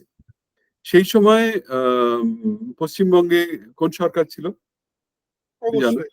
হ্যাঁ, তো তারা রাস্তায় নেমে পড়লো যে না, কম্পিউটারাইজেশন করতে দেওয়া হবে না। কেননা অনেক চাকরি চলে যাবে, তো এটা এটা হবে না এটসেট্রা। কিন্তু মানে সুনামিকে তো আটকানো যায় না, যেটা হওয়া সেটা হবেই। তো আহ, তোমার ক্যামেরাটা লুজ করে গেছে। ওহো। তো কম্পিউটারাইজেশন হলো, দেখো কিছু জবস কি গেল, হ্যাঁ গেল। যেরকম তুমি হয়তো মানে তুমি তো আমার চেয়ে অনেক ছোট, তুমি হয়তো শোনোনি এই প্রফেশনটার কথা। একটা প্রফেশন ছিল, আর সিএ ফার্মে সবচেয়ে বেশি ইউজ হতো এরা। তার নাম ছিল কম্পটিস্ট। তুমি নাম শুনেছো? টাইপিস শুনেছি, কমপ্লিট শুনিনি। তো কম্পটিস্ট একটা প্রফেশন ছিল তাদের, আর they were relatively highly paid, consider to be very specialised. ওদের কাছে একটা বড় মেশিন থাকতো এরকম দাবড়া মতন, তাকে কম্পটিস্ট মেশিন বলা হতো। তো তাদের স্কিলটা ছিল যে তখন তো লেজার ক্যাশবুক সব হাতে লেখা হতো ম্যানুয়ালি। ওরা ওই বাঁ হাতে ক্যাশবুকটা দেখে ডান হাতে মেশিনের দিকে না তাকিয়ে ও ওগুলোকে অ্যাড করতে পারতো। তো এই মানে পাতার পর পাতা অ্যাডিশন ওরা ওই কম্পটিস্ট মেশিনে করতো। তো এটা ওদের স্কিল ছিল। এবার একবার যখন লোটাস 1 2 3 এসে গেল, আর তারপর মানে তারপর যখন তোমার ট্যালির প্রেডিসেসররা এসে গেল, তখন এরা পুরোপুরি শেষ হয়ে গেল। এবার প্রফেশনটা শেষ হলো, প্রফেশনাল গুলো কি শেষ হলো? হয়তো কিছু প্রফেশনাল শেষ হলো, যারা নিজেকে সেই সময় আপস্কিল করতে পারলো না, যারা মনে করলো না না না আমি কম্পিটিস্ট, আমি আর কিছু কেন করব, তারা কিন্তু শেষ হয়ে গেল। আর দ্বিতীয়ত কামিং ব্যাক টু কম্পিউটারাইজেশনের পর যেটা হলো, আমাদের তখন সবচেয়ে বেশি ভয় ছিল চাকরি চলে যাবে। কিন্তু কম্পিউটার যে পরিমাণ চাকরি ক্রিয়েট করলো, সেটা আমার মনে হয় না হিউম্যান হিস্ট্রিতে হয়েছে। একদম। মানে বোধহয় ওই ওয়ার্ল্ড ওয়ার টু এর পরে অটোমেশন যখন মানে সরি মেশিন যখন শুরু হলো, তারপরে ইন্ডাস্ট্রিয়াল রেভলিউশন। ইন্ডাস্ট্রিয়াল রেভলিউশন, ঠিক তাই। তারপরে বোধহয় এই 80 90s এর আইটিএস যে শুরু করলো, সেটা খুব সত্যি কথা। এবার তো আরেকটা জিনিস তাহলে এবার বলো। হ্যাঁ। আমি যখন এবার সেটা মানে 30 বছর, 35 বছর, 40 বছর আগের ঘটনা। এখন আমার মনে হয় এআইএমএল কেউ ঠিক সেইভাবে দেখা উচিত। মানে প্রত্যেকটা থ্রেটের মধ্যে একটা অপরচুনিটি লুকিয়ে থাকে। রাইট। কিছু প্রফেশন চলে যাবে, হ্যাঁ যাবে, কিন্তু তার মানে কি এই যে প্রফেশনালটাও চলে যাবে? সে যদি আপস্কিল না করে, সে যদি ওই আনলার্নিং, রিলার্নিং, লার্নিং এই সাইকেলটা না করে, তাহলে সেই প্রফেশনালটাও যাবে তার সঙ্গে। রাইট, আহ, রাইট। আর সেখানেই মানে শেখার প্রশ্নটা খুব ইম্পর্টেন্ট। কি শিখছি, কিভাবে শিখছি। এবার সুদীপ্ত দা, একটা সিম্পল জিনিস বলছে যে এই কেপিও বিপিও, মানে আমি সিএ ফার্ম এটাকে সরিয়ে রাখছি, যে এখন আমার যতদূর ধারণা খুব লিমিটেড, সেটা হচ্ছে মোটামুটি স্টার্টিং 20 থেকে 25, 20 to 25,000 পার, মানে 5 লাখ মতো খুব স্টার্টিং এ বেসিক বিকমে, and it can range, the sky is the limit if you reach to that level, right? একদমই ঠিক, এন্ট্রি লেভেল স্যালারি ওরকমই। আর যেটা আগেও বললাম, যে একবার তুমি ওয়ার্কফোর্সে ঢুকে গেলে, তারপরে তুমি বিকম না এমকম না সিএ কে দেখছে, কি দেখছেন? তুমি যদি কাজে পারফর্ম করো তুমি এগিয়ে যাবে। রাইট, তুমি যদি স্কিল গুলো বিল্ড করো, তুমি এগিয়ে যাবে। অনেকে যেটা করে আমি দেখেছি, সেটা হচ্ছে যে যারা বিকম, যারা কেপিও বিপিও ইন্ডাস্ট্রিতে ঢোকে, তারা পরবর্তীকালে একটা এমবিএ করে নেয়। অনেক কোম্পানিও স্পন্সর করে এটা। অন দ্য জব তোমার পার্ট টাইম বা প্রফেশনাল এমবিএ যেটা। কারেক্ট। তো সেটা তার, এবার তার একটা কোয়ালিফিকেশনও অ্যাড হয়ে গেল, আর সে তো ভালো পারফরমেন্স করছি, স্কিল সেট হলো। স্কিল সেটও অ্যাড হয়ে যাচ্ছে তার সঙ্গে। তো এইগুলো মানে খুবই ইজি বলবো না, কিন্তু ওই মানে পরিশ্রম করলে এটা করা যায়, মানে এই নয় যে খুব ডিফিকাল্ট। রাইট। আরেকটা জিনিস বলো সুদীপ্ত দা, যে একটা হচ্ছে ইস্টার্ন রিজিয়নে কতটা অপরচুনিটি, সেকেন্ড হচ্ছে যে আজকে টেকনোলজি বা এত এক্সপ্যান্ড হচ্ছে, তার জন্য কি শুধুমাত্র আমরা মেট্রো সিটি ফোকাসডই থাকবো, না তার বাইরেও আস্তে আস্তে জবগুলো ক্রিয়েট হচ্ছে? ইস্টার্ন রিজিয়ন আর নন মেট্রো সিটি তোমার কি ওপিনিয়ন? প্রথমে ইস্টার্ন রিজনের কথা বলা যাক। দেখো, ইস্টার্ন রিজন আমার মতে আম, একটু বাসটা মিস করেছে। রাইট। যে কোনো কারণে, বাসটা ছেড়েই দিয়েছি, সেটাই। যে কোনো কারণেই হোক, মানে আমি আমি খুব পলিটিক্যাল, তাই কোনো পলিটিক্যাল স্টেটমেন্ট আমি করতে চাই না। কিন্তু যে কোনো কারণেই হোক, আম, কিছু মানে অনেক অপরচুনিটি মিস হয়েছে। দেখো, আমাদের ইস্ট রিজনে, তুমিও বাঙালি আমিও বাঙালি, আমরা দুজনেই প্রবাসী, কিন্তু যখন থেকেছি ট্যালেন্টের তো কোনো অভাব নেই। That is exactly the point. অত্যন্ত মেধাবী, অত্যন্ত স্মার্ট, অত্যন্ত কমিটেড ছেলেমেয়েরা রয়েছে ইস্টার্ন রিজনে। তো তাদের লেভারেজ করছে কারা? না অন্যান্য রিজনরা। কারণ that includes you and me. কারণ আমাদের এমপ্লয়াররা আমাদের লেভারেজ করছে, তাই না? তো সেই জন্য আমার মনে হয় একটু অপরচুনিটি মিসড আছে, but then I don't think, never say never. কারণ কিছু কিছু কোম্পানিজ এখনো আছে, স্পেশালি কলকাতায়। আমার মনে হয় কোম্পানিজ লাইক টিসিএস এটসেট্রা, ওদের কিছু জেনপ্যাক্টের একটা সেট আপ আছে আমি জানি। ইনফ্যাক্ট ওদের ফার্স্ট সেট আপটা আমারই করা কলকাতায়। তো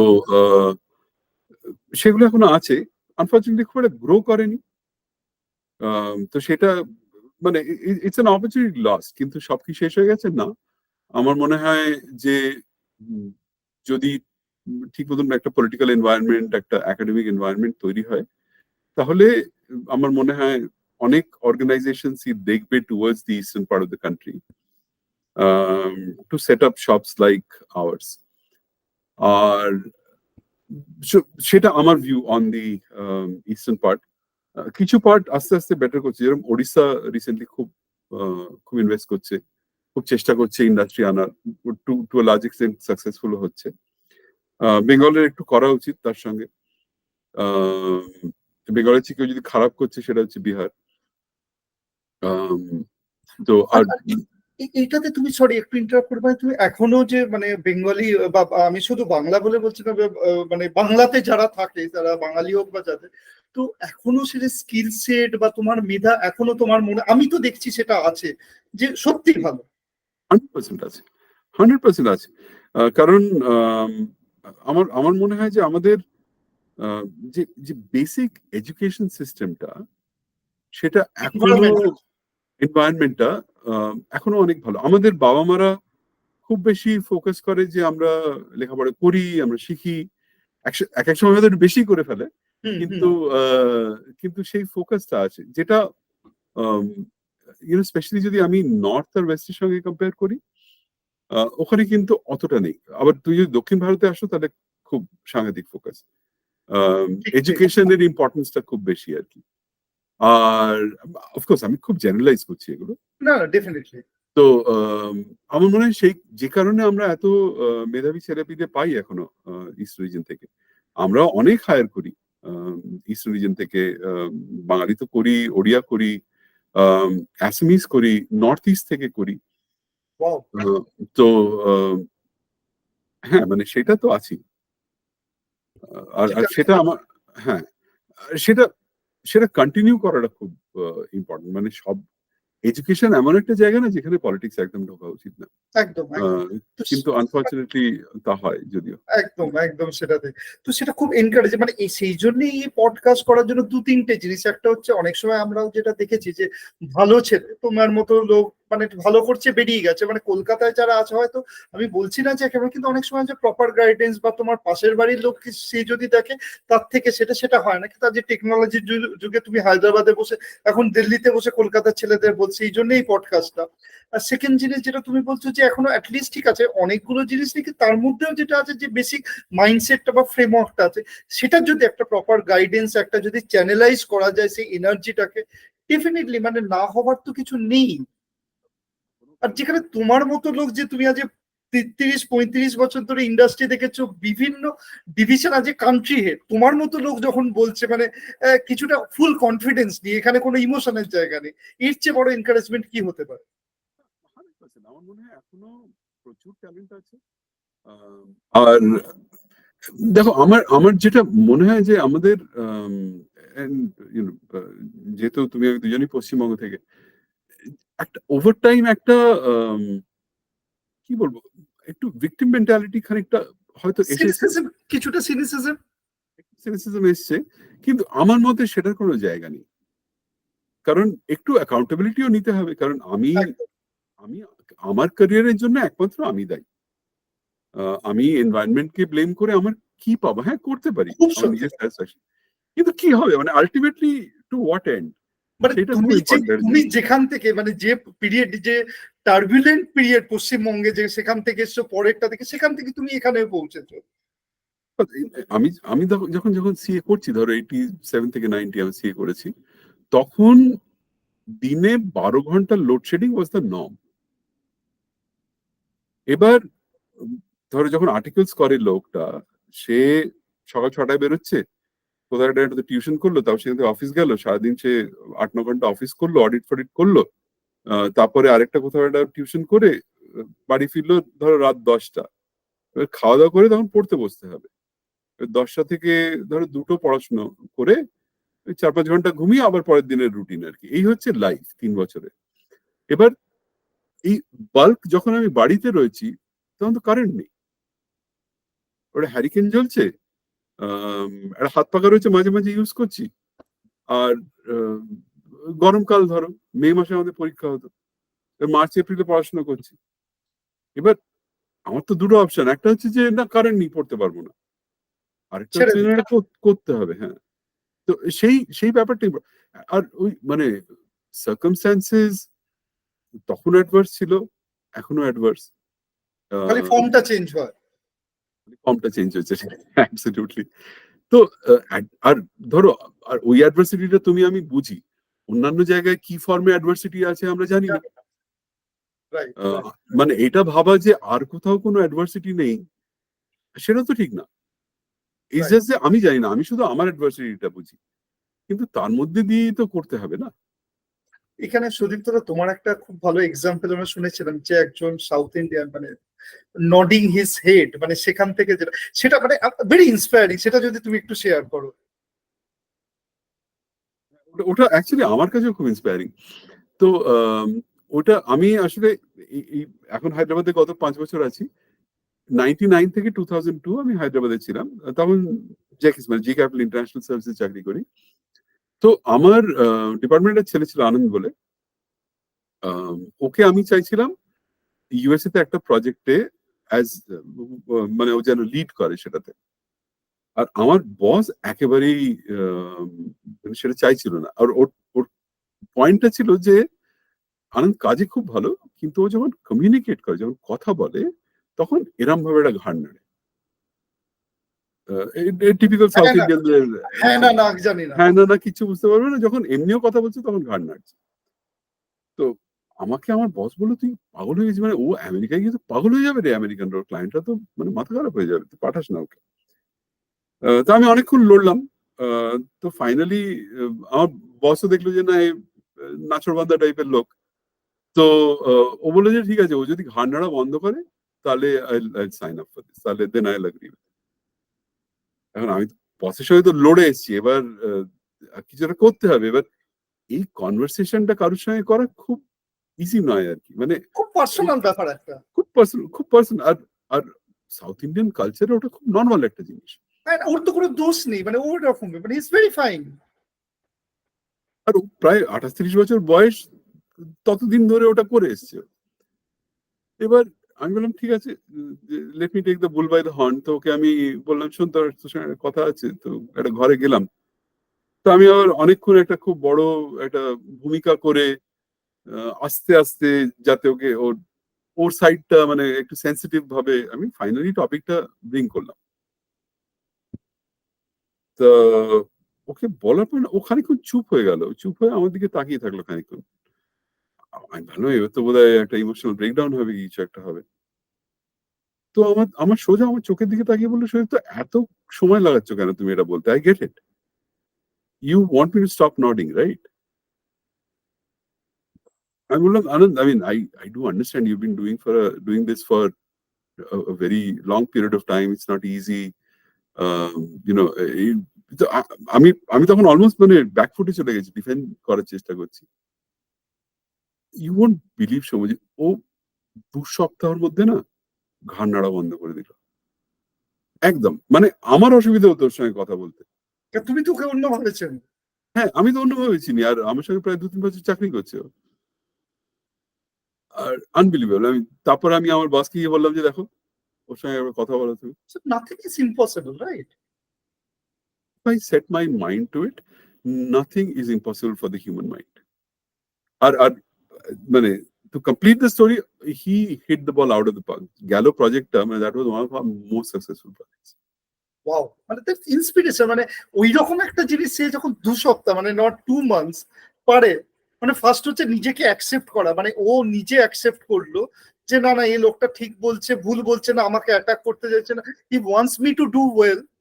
তো অ্যাকসেপ্ট ফার্স্ট নিজেকে, মানে first recognise and accept, then you can proceed. Wow, fantastic. এটা খুব খুব ইম্পর্টেন্ট পয়েন্ট সৌম্যজিৎ, এই যে খুব অ্যাকসেপ্টেন্স। ইন্সপিরেশন। মানে আমাকে ও খুব ইন্সপায়ার করেছিল ওই সময়। মানে আমি শুনে, আমি সেকেন্ড টাইম শুনি, মানে আমি যতবার শুনি, মানে very inspiring, very very inspiring. মানে ওরকম একটা জিনিস করতে পারে, কেন তাহলে বাকিরা পারবে না? আমি কলকাতায় বসে আমি এটা পারি না, কেন নয় সেটা? কেন না, সবকিছু সম্ভব। আর শেখা তো আজকাল সবচেয়ে ইজি জিনিস। সবচেয়ে।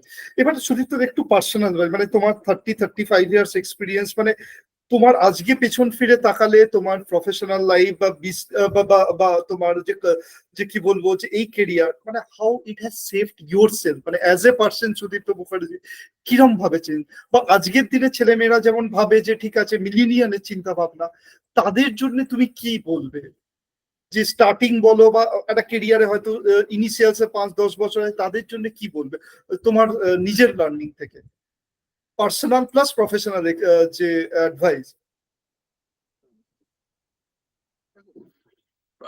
আমি যেটা আগেও বললাম, সেটা হচ্ছে যে ওই এক্সপার্ট হওয়াটা খুব ইম্পর্টেন্ট।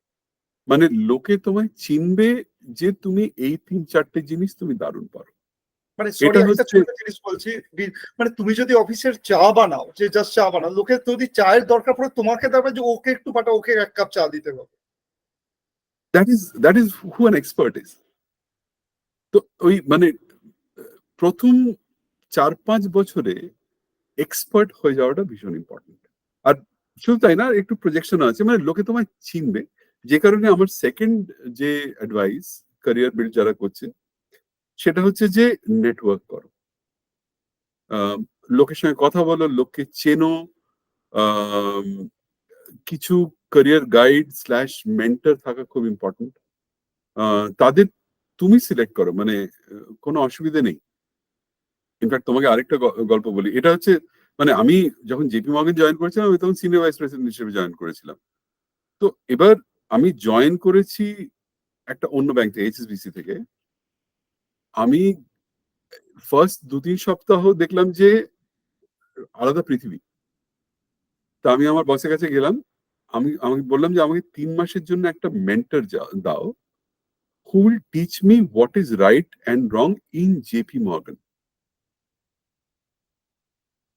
তো গাইডেন্স চাওয়াটা যে কোনো stage of year career is not a weakness, it actually is the biggest strength. এটা আরেকটা জিনিস যেটা আমি তোমার দর্শকদের অ্যাডভাইস করতে চাই, সেটা হচ্ছে যে যখন তুমি বুঝতে পারছো না, ওই ভালনারেবিলিটিটা থাকা খুব ইম্পর্টেন্ট। যে আমি কাউকে গিয়ে বললাম যে গুরু হচ্ছে না, মানে আমি পারছি না, বুঝতে পারছি না, আমাকে হেল্প মানে মানে কি বলবো, হাম্বল সারেন্ডার, মানে সারেন্ডার একদম পুরো। মানে হচ্ছে না বলেই তো তোমার কাছে এসছি আমি। হ্যাঁ হ্যাঁ হ্যাঁ, মানে তার চেয়ে বড় স্ট্রেংথ থাকতে পারে না। আর এটা সব স্টেজে অ্যাপ্লিকেবল। মানে প্রিটেন্ড না আমি করে মানে সারেন্ডার করো। মানে নিজের সঙ্গেও তো অনেস্ট হতে হবে, সবচেয়ে ইম্পর্টেন্ট। অ্যাবসলিউটলি আমি যদি না পারি তাতে তো ঠিক আছে, মানে দ্যাটস ভেরি হিউম্যান, রাইট? আমি অ্যাবসলিউটলি আমি সব পারবো এটা ফার্স্ট অফ অল আমি নিজের কাছ থেকে এক্সপেক্ট করি না, আর আই এম শিওর অন্য কেউ আমার কাছ থেকে সেটা এক্সপেক্ট করে না। অ্যাবসলিউটলি। তো যদি না পারি, গিয়ে সাহায্য চা, সেটা খুব ইম্পর্টেন্ট যে কোনো ক্যারিয়ার স্টেজে। দেখো, আর আরেকটা হচ্ছে যে once you're an expert, find out how can that expertise help somebody else. যেখানে যেটা তখন যেটা বিল্ড হচ্ছে সেটা হচ্ছে তোমার ব্র্যান্ড। যে সৌম্যজিৎ কে, না সৌম্যজিৎ হচ্ছে ইকোনমিক্স এক্সপার্ট, আর সে খুব ভালো এই একটা সিচুয়েশন হলে তার কাছে গেলে তুমি কিন্তু 100% সাহায্য পাবে। এটা হচ্ছে তোমার ব্র্যান্ড বিল্ডিং। আর এটা ওই ফার্স্ট 5 থেকে 10 বছরের মধ্যে মোটামুটি ব্র্যান্ড বিল্ড হয়ে যায়। তোমার মার্কেটে তোমার লোকে জানবে যে তুমি নোন ফর হচ্ছে your skill. Known for your skill, known for your attitude. চতুর্থ পয়েন্ট হচ্ছে কন্টিনিউয়াস লার্নিং। প্রত্যেকটা দিন নিজেকে জিজ্ঞেস করো আজকে আমি নতুন কিছু কি শিখলাম।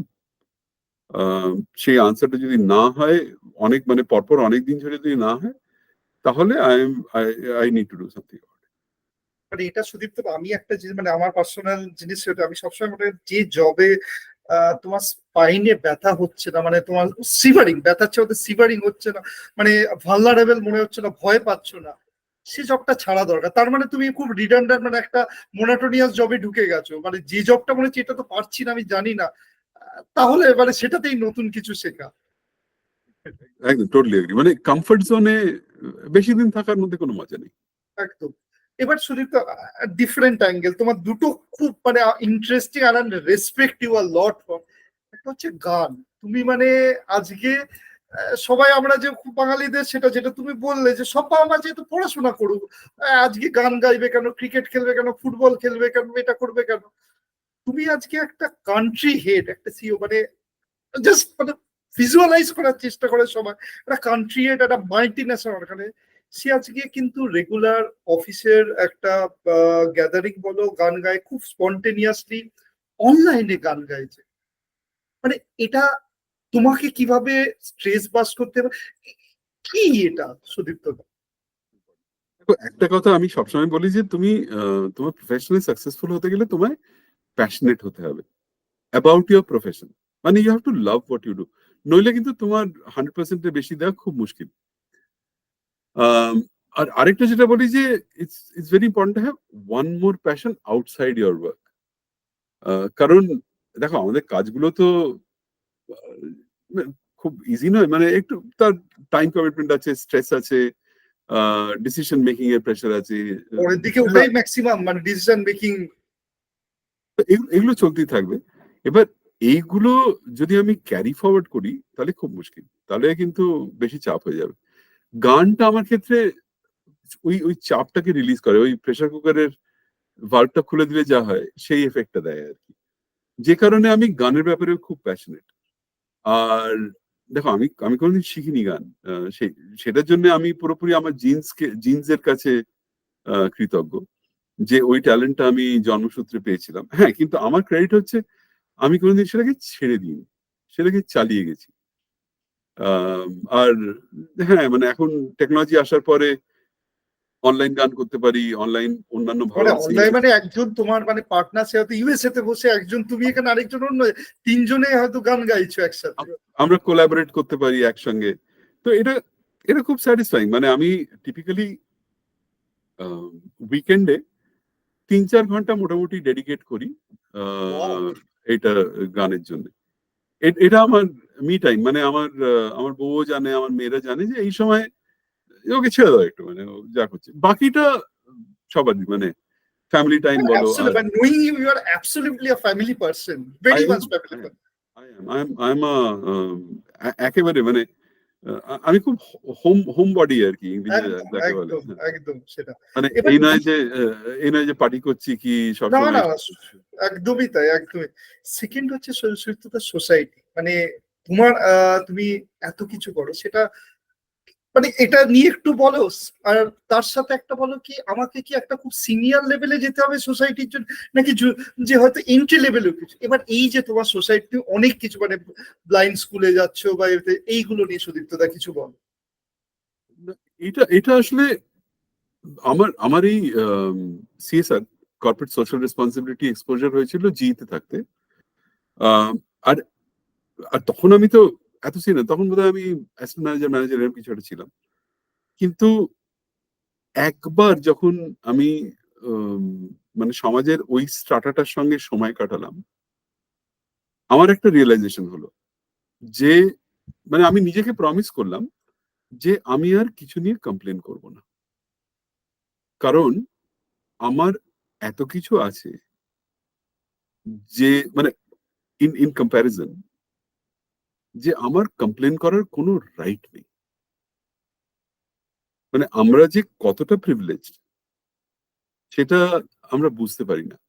মানে আমরা এডুকেশন পাচ্ছি, আমাদের মাথার উপর ছাদ আছে, খুব আমি জানি সত্যি। যে যে দিনে 4 বেলা খেতে পারবো। আহ, এইটাই যে কত বড় একটা জিনিস, সেটা যখন তুমি ওই সোসাইটির স্টার্টারের সঙ্গে ইন্টারঅ্যাক্ট করতে আরম্ভ করবে তখন বুঝতে পারবে। তখন থেকে আমার মানে আমি তারপরে যে অর্গানাইজেশনে কাজ করেছি, আমি খুবই ইনভলভ ছিলাম সিএসআর এ। আর না, মানে তোমার মানে সিনিয়রিটির সঙ্গে এর কোনো যোগাযোগই নেই। এটা একেবারে হার্টের ব্যাপার, এটা টোটালি প্যাশনের ব্যাপার। যখন এসসিবি তে ছিলাম তখন আম, ওদের একটা প্রোগ্রাম ছিল সিইং ইজ বিলিভিং, সেটা আমি হেড করতাম। তো আমাদের একটা ব্লাইন্ড স্কুল ছিল, ওদের সঙ্গে কাজ করতাম। আম, মানে আমরা এত জিনিস ফর গ্রান্টেড নিয়ে নিই না, যে চোখটা খুলে দেখতে পাচ্ছি সবকিছু। যখন এই জিনিসটা হয় না, আর ছোট ছোট বাচ্চা, আলো দেখিনি, অন্ধকার দেখিনি, লাল হ্যাঁ, দেখিনি, সবুজ গাছ দেখিনি। দেখিনি। মানে দেখা জিনিসটা, মানে দেখা যে ভার্বটা, এটাই আমার জীবনে এক্সিস্ট করে। এক্সিস্ট করে না। আর আমরা একটা প্রোগ্রাম করেছিলাম, সেখানে আমার চোখ বেঁধে দেওয়া হয়েছিল। মানে আমরা যারা ছিলাম ভলেন্টিয়াররা, আমাদের চোখ বেঁধে দেওয়া হয়েছিল। আর একটা রেস হবে, যেখানে আমার যে হাত ধরে আছে সে একজন ভিজুয়ালি চ্যালেঞ্জ বাচ্চা, সে দৌড়বে আর আমাকে তার সঙ্গে দৌড়তে হবে। এবার সৌজিৎ, ওই যে এক্সপিরিয়েন্সটা না, ওটা, মানে আমি এখন তোমাকে বলছি আমার গায়ে কাঁটা দিচ্ছে। ওটা যে একবার এক্সপিরিয়েন্স করে নিয়েছে না, তার কিন্তু জীবনের আর খুব বেশি মেটেরিয়াল রিকোয়ারমেন্ট থাকে না। So true. সিমিলারলি দেখো, আমার এই কারেন্ট অর্গানাইজেশনে তুমি লিঙ্কডইনে গেলেই পাবে। আমরা একটা খুব আন্ডার প্রিভিলেজ বাচ্চাদের জন্য স্কুল চালাই। আহ, মানে আমি সুযোগ পেলেই ওখানে চলে যাই। আর ওই যে এক্সপিরিয়েন্স, আমি ওদের ভাষাও বুঝি না, এরা সবাই তেলুগু বলে, কিন্তু কোনো ভাষার দরকার হয় না, কোনো ভাষার দরকার হয় না ইন্টারাক্ট করার জন্য। মানে ওই যে গ্র্যাটিটিউডের ভাষা, ইমোশনালি কানেক্টেড হলে তো কমিউনিকেশন, ওটাও একটা কমিউনিকেশন। ওটা ওটা হচ্ছে স্ট্রং কমিউনিকেশন, কিছু হয় না। আর আর সত্যি কথা, আমি যতটা মানে as I have travelled in my career journey, আর দেখো আমি আমি খুব খুব দেশভক্ত, ইন্ডিয়াকে আমি খুব ভালোবাসি for all its goods and bads. আমার মনে হয় আমাদের 90% ইভিলস যা আছে তার সলিউশন হচ্ছে এডুকেশন। আজকে যে ঠিক মতন এডুকেট করতে পারি আমি বাচ্চাদের, একটা খুব ছোট সেকশন, আমাকে তো মানে I don't have to boil the ocean, right? আমি যে যে সোসাইটিতে অপারেট করছি সেখানে যদি আমি এইটুকু কন্ট্রিবিউট করতে পারি, তাহলে এটা মানে ভীষণ ফুলফিলিং। মানে তুমি আমাকে $1 মিলিয়ন দিলেও আমি এই এই প্রিভিলেজটা ছাড়বো না। মানে খুব মেটেরিয়ালিস্টিক একটা কথা জিজ্ঞেস করি, খুব মেটেরিয়ালিস্ট সুদীপ্তদা, যে একটা তো মানে তুমি প্যাশনে, তুমি এটা করো কোনো কিছু চাওয়া না, নিজের শান্তি, কিন্তু how it helps you in profession, মানে তুমি না বা যে কাউকে, কত আমার নিজের প্রচুর আমি নিজের ছোটখাটো যেটুকুনি করি, যেমন সিম্পল তোমাদের সাথে কথা বলে আমি অন্যরা যত, আমি নিজে খুব শিখি। তোমার এটাও যেটা বলি যে তুমি মানে অ্যাজ এ কেরিয়ার তুমি শেখার কত কিছু আছে এইগুলো থেকে, সেটা যদি একটু বলো, যে এই অ্যাক্টিভিটি গুলো থেকে, যে জন্য বলছি হয়তো ইনিশিয়াল লেভেল কেরিয়ার তুমি খুব জুনিয়র লেভেল স্টার্টিং লেভেল থেকে জয়েন করা দরকার, সেটা তুমি যদি একটু বল, শেখার জিনিস। আর আর মানে তুমি যেটা বললে সেটা মিউচুয়াল, আমি তোমার সঙ্গে কথা বলে অনেক কিছু শিখি। আর দেখো, এই যে আম, ধরো সিএসআর বলো, কিংবা গান বলো, নাচ বলো, সবকিছু। ইনফ্যাক্ট আমার অর্গানাইজেশনে আরেকটা যেটা জিনিস আছে সেটাকে আমরা বলি প্যাশন ক্লাব। এর স্পিরিটটা হচ্ছে যে bring your whole self to work. দেখো আমি সুদীপ্ত মুখার্জি, আমি যখন অফিসে তখনও তাই, আমি বাড়িতে যখন তখনও তাই, আমি যখন গান করছি, আমি তো আলাদা লোক নাই, আমি একটাই লোক, সে বিভিন্ন রোল প্লে করছে। তো এবার আমার কাজের ক্ষেত্রে আমার সম্পূর্ণ লোকটাকে নিয়ে আসা এই জন্য ইম্পর্টেন্ট। তাহলে আমি যে প্যাশনের কথা বললাম না, ওই রাইট, প্যাশনের এলিমেন্টটা খুব স্ট্রং হয়। মানে সিনক্রোনাইজেশন করা বা সিনার্জি ক্রিয়েট করা দুটো জিনিসের। আর আরেকটা হচ্ছে মানে খুব, যেহেতু তুমি মেটেরিয়ালিস্টিক কথাটা ইউজ করলে, it also builds a brand. যে আমি কে, আমি কি শুধু একটা সেলফিশ প্রফেশনাল, নাকি আমি সোসাইটির জন্যও করি। দ্যাট ইজ আমি এক্স্যাক্টলি। আমি বলছি না যে ব্র্যান্ড বিল্ড করার জন্য করো, আমি বলছি প্যাশনেটলি করো, this brand will get automatically build. Absolutely. Sudipta, last point যেটা আজকের দিনে আমরা এই যে বলি স্পেশালি এবেল চাইল্ড, যে হচ্ছে যে স্পেশাল চাইল্ড বলি, বা তোমার ভিজুয়ালি ইম্পেয়ার্ড বা সেরকম বলি, বা তোমার জেন্ডার নিউট্রাল, আমি কলকাতা অনেকজনকে শুনেছি they are struggling for a job, but আমরা নিজেদের we are struggling for that kind of candidate. আজ most of the national organization, তাদের কিন্তু একটা রীতিমতো তাদের রেসপন্সিবিলিটি থাকে টু হায়ার দোজ পিপল। এটা নিয়ে যদি সুদীপ্তদা একটু বলো।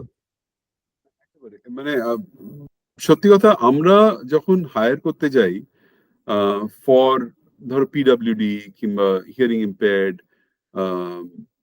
আমরা কিন্তু ভালো ক্যান্ডিডেট পাই না। যে যে তার মানে এই নয় যে ক্যান্ডিডেট নেই। আমার মনে হয় ওই নেটওয়ার্কটা আরেকটু বিল্ড করা দরকার। কিছু কিছু অর্গানাইজেশন আছে, যেরকম আমি একটা জানি, আফতার বলে একটা অর্গানাইজেশন আছে, ওরা কিন্তু স্পেশালাইজ করে পিডাব্লিউডি রিক্রুটমেন্ট, মানে ওরা ক্যান্ডিডেট প্রোভাইড করে। তো আমরা ওদের সঙ্গে কাজ করি। তো না, আমি দেখো ফান্ডামেন্টাল জিনিসটা আবার কিন্তু স্কিল। রাইট। এবার আমি যদি ভাবি যে আমি পিডাব্লিউডি বলে চাকরি পাবো, তাহলে প্রবলেম। আমার স্কিল সেট আছে, I happen to be a PWD, আমার মতো করে তাহলে একটা স্কিল সেট ডেভেলপ করেছে, আমার যেটুকুনি কি বলবো ড্রব্যাক আছে বা তোমার শর্টকামিং আছে, সেটাকে ওভারকাম আমি আমার মতো করে করেছি। সেটা সেটা যার আছে, আমার মনে হয় না তার অপরচুনিটির অভাব হবে। অফকোর্স এই রাইট কানেকশন গুলো দরকার। একটু রিসার্চ করলেই পাওয়া যাবে যে কারা, কোন সংস্থাগুলো মানে এই সেগমেন্ট অফ ট্যালেন্টকে ইন্ডাস্ট্রির সঙ্গে কানেক্ট করে। তাদের থ্রু দিয়ে গেলে আমার মনে হয় না অপরচুনিটির কোনো অভাব আছে। আর আর থ্যাঙ্কফুলি আজকাল সার্ভিস সেক্টরে এত কাজ একদম। যে কোনো অভাব নেই। আমি সেদিনই গতবার যখন ট্রাভেল করছিলাম, ইন্ডিগো খুব সুন্দর করছে। ইন্ডিগোতে আর যারা তোমার কাউন্টারে বসে, তো সেদিন মানে একটি মেয়ে ছিল, আমি ওর সঙ্গে কথা বলতে গেলাম, ও একটা এরকম স্টিকার পয়েন্ট করলো, তাতে লেখা আছে যে আই এম হিয়ারিং ইম্পেয়ার্ড। ও কিন্তু সে আমাকে আমার টিকিট দেখে আমার চেক ইন টেক ইন করলো, আর সাইন ল্যাঙ্গুয়েজে আমার সঙ্গে কমিউনিকেট করলো। আমি বুঝতে দেখো, যে আমার চেক ইন করছে কি করবে, একটা সুটকেস নেবে, ওজন করবে, ওই জিনিসটা লাগাবে, পাস দেবে, ব্যাস। আবার কি বড় জোর তোমার একটা আইডি কার্ড চাইবে। এবং আমি আমি যে মাত্র বুঝে গেলাম যে ও হিয়ারিং ইম্পেয়ার্ড, আমি আর কোনো কথা বললাম না, আমি ওকে অবজার্ভ করলাম, ও যা যা চাইলো করে খুব সুন্দরভাবে করলো। তো মানে এই জবগুলোতে আমরা কিছুদিন আগেও ভাবতে পারতাম না যে কেউ যে হিয়ার শুনতে পায় না সে কাস্টমার ফেস করছে, রাইট রাইট রাইট। কিন্তু করছে, খুব সুন্দরভাবে করছে। অপরচুনিটির কোনো অভাব নেই। আর আর জিপিইউতে তো প্রচুর, জিসিসি বা জিআইসি এর প্রচুর। That's very. তো সুদীপ্ত তো এবার শেষ করব, মানে কতগুলো যে খুব এনকারেজ। একটা হচ্ছে যে বাংলার যে ট্যালেন্ট এখনো প্রচুর, যে তোমার ওরিয়েন্টেশনটা প্রচুর। সেকেন্ড হচ্ছে যে তোমার সিএ তো অবভিয়াসলি তোমার আলটিমেট অবজেক্টিভ, আর না হলেও প্রচুর জব। ফোর্থ জিনিস হচ্ছে আপস্কিলিং, যে এআইএমএল আছে থাকবে, সে জব রিটার্নটা কিন্তু নিজেকে কন্টিনিউয়াসলি এগিয়ে নিয়ে যেতে হবে। ফিফথ জিনিস হচ্ছে নিজের একটা স্কিল সেট, একটা ব্র্যান্ড বিল্ডিং করা ডে জিরো থেকে। যে জায়গাটা ভালো লাগছে, যেটাতে মনে হচ্ছে তুমি ভ্যালু অ্যাড করতে পারবে, তোমার নিজেরও লার্নিং হবে, you can also give it back to the organisation, সেটা একটা। Last but not the least হচ্ছে যে একটা নিজের প্যাশন একটা করা, আর সোসাইটি যত ছোট ভাবে, যত অল্প ভাবে, হয়তো মাসে একদিন সেটুকুনি একটা করা। এটা মানে মেটেরিয়ালিস্টিক ওয়ার্ল্ডে ইউ লার্ন মেনি থিং, যতটা না তুমি বি স্কুলে গিয়ে পারবে, সেটা একটা। সেকেন্ড হচ্ছে তোমার সেলফ স্যাটিসফ্যাকশন, যে নিজের জন্য কিছু একটা ফিরিয়ে দেওয়া। সুইতা, তুমি কি বলে শেষ করতে চাও, মানে যে বাংলার বা বাঙালি স্টুডেন্ট বা তাদের জন্য যদি কোনো একটা মেসেজ থাকে, যে তাদের গাইডেন্স, ওরিয়েন্টেশন? আমার দেখো মেসেজ একটাই, সেটা হচ্ছে নিজের ক্যারিয়ারের দায়িত্ব নিজেকে নিতে হবে। কাউকে ব্লেম করা চলবে না, নিজে অ্যাকাউন্টেবিলিটি নিয়ে লোকজনের সঙ্গে যোগাযোগ করে শিখে জেনে এগিয়ে যেতে হবে। আম, ওই সুমন চট্টোপাধ্যায়ের গান ছিল না, হাল ছেড়ো না বন্ধু। হ্যাঁ। তো হাল ছাড়লে চলবে না, সার্কামস্ট্যান্স যাই হোক না কেন, আহ, আমি যদি সিনসিয়ারলি চেষ্টা করি, আমাকে কেউ আটকাতে পারবে না। থ্যাংক ইউ সুদীপ্ত দা, তোমার টাইমের জন্য। আবার একদিন গল্প করবো, আড্ডা হবো। খুব এনকারেজিং, মানে পার্টিকুলারলি বেঙ্গলে, মানে সবাই তো আর ইঞ্জিনিয়ারিং বা সবাই তো অনেকজনই কমার্স নিয়ে পড়ে। কমার্সের এখন এত লাইন, এত অপরচুনিটি, ট্যাক্স বলো, অ্যাকাউন্টিং বলো, অডিটিং বলো, ট্রান্সফার প্রাইসিং, এত অপরচুনিটিস। আমার মনে হয় সেটা এক্সপ্লোর করা দরকার। তুমি ব্যাংকিং বললে না, ব্যাংকিং প্রচুর হায়ার করে। ব্যাংকিং, ও হ্যাঁ, ব্যাংকিং মানে back end banking, risk modelling, simple risk pricing, সমস্ত কিছু analytical. Thank you Sudipta da, অনেক ধন্যবাদ তোমাকে। Thank you. Okay, thank you.